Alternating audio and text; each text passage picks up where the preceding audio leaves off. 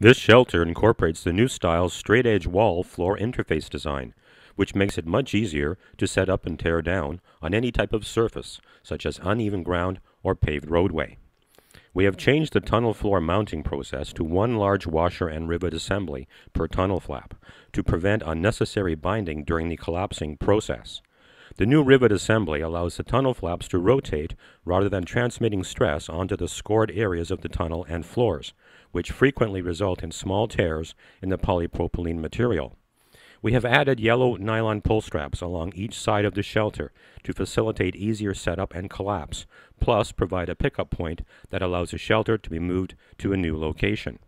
The straight-edge design, identified by the blue-colored floor material, creates less friction in contact with the ground during the setup process. 4 operators are required to set up an 18-foot or larger shelter.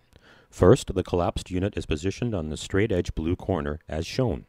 Each operator places one hand on the white wall extrusion and the other on the blue floor extrusion. It is important that all operators pull together in a steady motion to extend the shelter to its full length. When the shelter is erect, insert the 2 support poles provided at both ends. The entire process should take about a minute. To tear down the shelter, remove the support poles from both ends. It is important to make sure the window and doors are fully opened so that the shelter will not airlock and place stress on the seams and creases that will probably result in damage to the unit.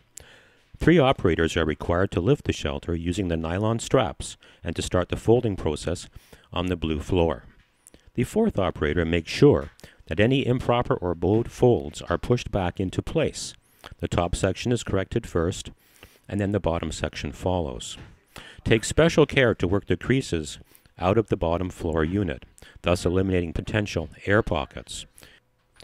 Our video illustrates the proper procedure for getting rid of the air pockets by pushing at the bottom and working your way towards the top of the folding, as our operator is doing here.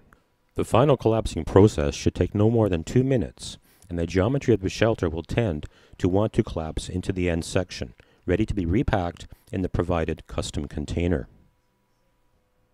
Let's review the entire takedown procedure once more. First of all the windows and doors should remain open. The poles should be removed. Operators will lift by the nylon straps and start the bending process, paying particular attention to the creases and folds in the blue floor unit.